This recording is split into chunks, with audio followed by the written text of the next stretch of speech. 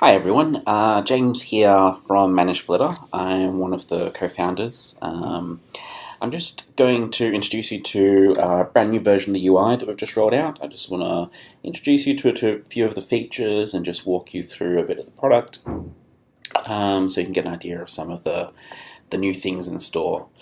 So as usual, the homepage is still the same as our most recent update. And you can see as soon as I log in, the UI is very similar to the homepage now. And hopefully you'll find it a lot cleaner and simpler. Our old UI, we'd kind of had it for about 2 years now, and we just kept on adding new features to it, and we thought it was time for a change to bring a bit of a refresh in. So you can see here we've now got the top menu up here with all of the core functions. We've got a nice bit of white space at the top to give it a bit more breathing room, and we've got the usual title up here of the number of people showing on the filter you've got on this page. On the left here, you've got all of your usual filters. You've got stuff like not following you back, no profile image. There's a few new features in here. So we've got fake followings. These are fake accounts who I follow. And for pro users down the bottom, we actually have fake followers. So these show people who are fake, who are following you. And here I can show you a few new things in the UI. So for example, I can select a whole bunch of these people at once. All I did there was I just dragged and selected across in one go. And we now have this whole new feature over here on the right, which is force unfollow you, which has often been requested. So this is pro accounts only, but you can see I can click this here, and I'm now forcing these people to unfollow me. And so this is a great way if you've got a whole bunch of fake followers you want to get rid of on Twitter. We've introduced this metric here. You can see here on the right that it's ordering by spam score. This is because we have a new metric which allows us to order everybody by the likelihood that they're a spammer or a fake account. If I go to everyone you follow, I can also do spam score as well. So I can see everybody who I follow who's a potential spammer. I've got this entire list down here. Some of the new features are, we've obviously changed these UIs. We've now got the fast select over here. So you can still continue to select across this section here, just like you can select across the bottom. So I can click either way as usual, and it syncs across both. We've also got this new display tab. This new display tab is here to give us a bit more additional functionality. The first brand new thing you might notice here is this density option. So I'm just going to deselect everybody. And you can see as I change this option, the users down the bottom changes. So I've changed this new view, which basically just shows you a very quick overview of the accounts and what you're ordering by. So I could, for example, order by the number of followers. So here I'm showing everybody who I follow, come up as Zach, ordered by their followers. And so you can see here it's Lady Gaga at the top, Britney Spears, Twitter. As you can see, I have quite like my my pop stars up here. Other than that, so there are some options here. I can exclude verified accounts. So I see this list update very quickly. So obviously those top accounts that were verified get removed. It's quite useful if you don't want to unfollow those people. You can also exclude protected accounts. I've had some requests for that. Protected accounts. It's useful to exclude them either when you're following or unfollowing, because it's quite a good metric that they're closely associated with you. There's some other things here. This is a pro account only feature. Here you can exclude people who followed in the past recent number of days. It's quite useful when you're sort of trying to follow then unfollow back. You don't want to sort of go and be refollowing the same people quite frequently.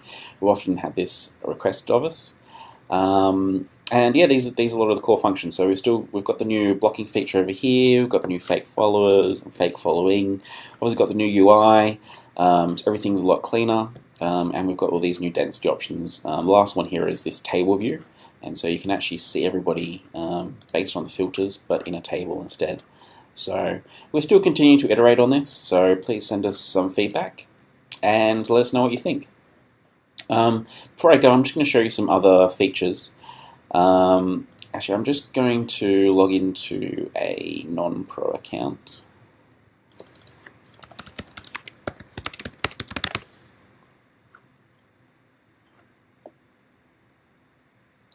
So So this is a non-pro account, so you can see here it's a bit cleaner.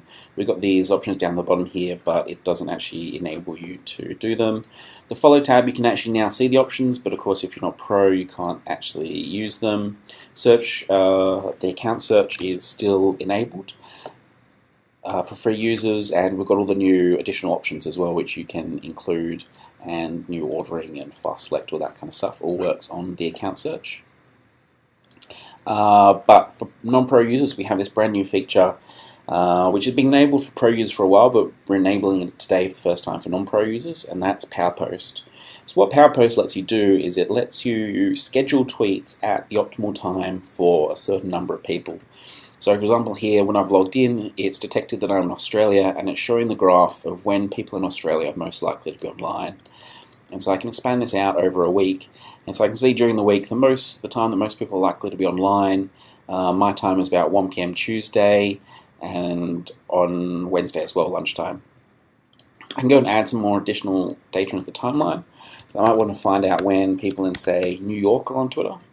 And so you can see they've got a quite different schedule to when people in Australia are on Twitter. I'm just going to remove this one.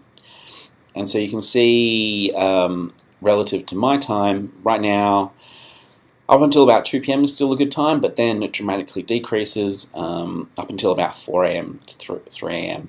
And so if I wanted to reach people in New York, obviously I don't really want to be online at that time. But using PowerPost, I can do this.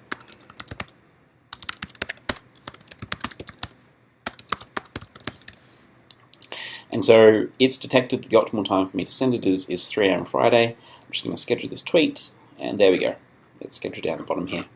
So free accounts can schedule tweets every 24 hours within each 24-hour period. Pro accounts is unlimited. There's a bunch of other things you can add to the timeline. Quite a useful one is this when all your followers on Twitter. That's a pro-only feature because that requires data on your followers, which is only available to pro accounts. But the free accounts do have this other one here, which is when the people you follow are on Twitter. And you can see here, it's bringing up this graph of people I follow. I can take a look at this explain thing, and it's showing me the distribution of those people across the world. And yeah, that's a quick overview of a few of the new features on ManageFlitter. Please let us know what you think. Please send us a tweet or support request if you've got any feedback. And yeah, we'd love to hear about any other features or ideas for how we can keep improving the product. Thanks, guys.